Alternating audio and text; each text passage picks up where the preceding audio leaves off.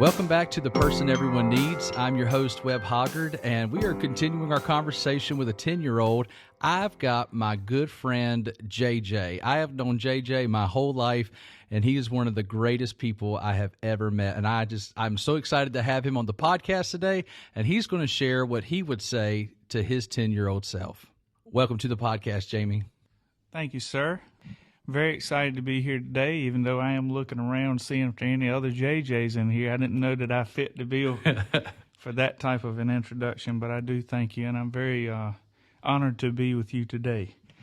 So Pastor Webb asked me to come up with some things that I would say to myself if I could go back and talk to my 10-year-old self. My wife and I were talking about it, and I came up with a list of 19 things. I'm just playing. Wow. It's just 3 things. Well, just tell him how long ago 10-year-old was. Was that 50, 60 years ago? What? 31 years. 31. Okay, my bad. 31 years ago. But the funny thing about this list is it could have been for yesterday me as well. So it's funny how the advice I would give myself then are some of the very things that I still would give myself advice for today. So, yeah. So I'll start with number 1. And this is pretty much my testimony. I've come to realize this through life, and looking back, everything you're going through will be used by God to make you exactly who He wants you to be. So at 10 years old, I grew up in a broken home. I lived with my grandma, went to several different elementary schools.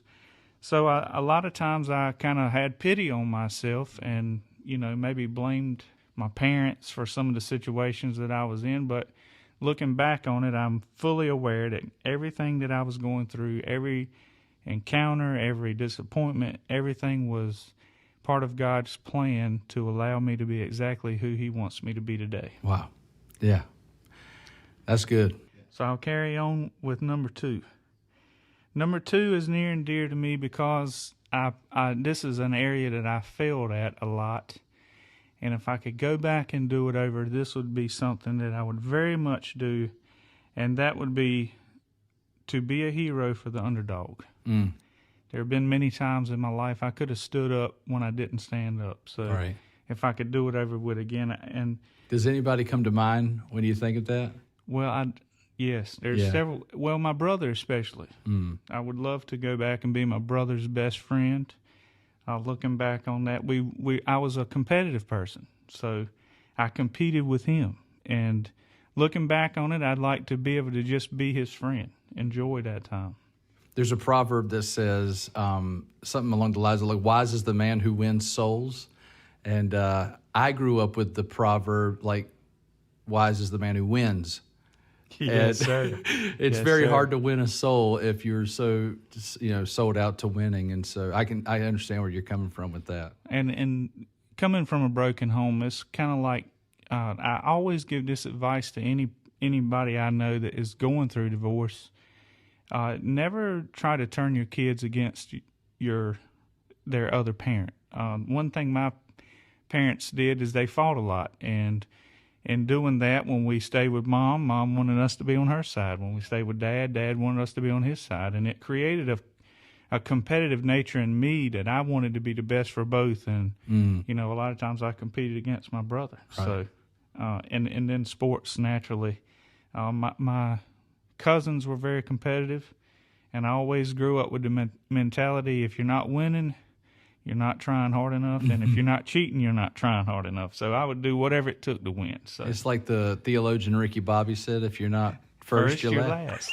And nobody likes to be last. Nobody wants to be last. Yes, sir. And also, to add on to that is to love like you wished that you were loved.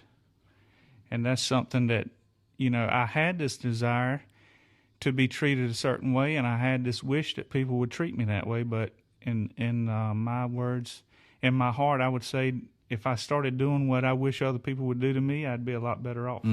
Right. So producing what you wish others would do. Is 41-year-old Jamie better at it than 10-year-old Jamie? Well, in some areas, but I still fail. Yeah. I fail. We all do, but we want to get better, right? Yes, sir. Yeah. And I've surrounded myself with a lot of people that I respect and trust, and iron sharpens iron. So I've got people in my life that'll check me when my wife, first and foremost, Right. She's a leader in a leadership conference one time that we should build relationships that are strong enough to handle the truth. So, Wow. That's my goal, is to be honest and to do right. So, Yeah. In mine and her relationship, she's definitely my iron. She's honest with me, and that has really helped me in my growth as a person and as a Christian. That's awesome. That's awesome. So I'll go for number 3. This is, for me, I've always been some sort of, I guess you would call it, a perfectionist, and I'm my own worst critic, and I'm very hard on myself at times. And I would say strive for excellence, but don't beat yourself up when you fall short, because you will fall short, but do not remain. So I guess in life I've really learned to try to give myself grace when I don't succeed. And then part of that competitive nature that I possess, that the good Lord gave me and was bred into me by my parents and all of my relatives, it's hard to fail. It's hard to fail and be happy. It's hard to not think about what could have been. And that's some big advice I'd like to give myself. Don't worry when you don't succeed. Right. Don't worry when you fail. Learn from it, and don't do it again. Gordon Ramsay said, I made mistakes more than all of you. He was talking to some cooks on a cooking show. He said, but I just don't make the same ones twice. Oh, that's good. So my goal as an adult is to learn from my mistakes and let them go. I'm reminded of the Lion King. I watched a turkey hunting video, and the guy missed a turkey, and his buddy was telling me, you got to be like Rafiki in the Lion King. He hit Simba, the little monkey hit Simba on the head, and he said, don't worry about it. It's in the past. So I'm trying more and more each day to just let things go. Yeah. I think it was the pig who said you've got to put your past in your behind. Yes, sir. Yes, sir. Exactly. That's a good remembrance. But I think if I would have been willing to listen to this advice at 10, I'd been on the right track a lot sooner. Not saying that I'm on the track now, but I'm better than I was. Sure. How hard it is with the perfectionist tendencies to give yourself the grace that, you want to be the person who gives grace to others, but it's sometimes the hardest person to give grace to is yourself. Well, I've often said I fished in bass tournaments and I've played ball. It never bothered me when other people made mistakes as much as it bothered me when I made mistakes. Webb could lose the biggest bass that ever growed in the water, and it wouldn't bother me. But if I were to lose it, I probably wouldn't be able to sleep. Right.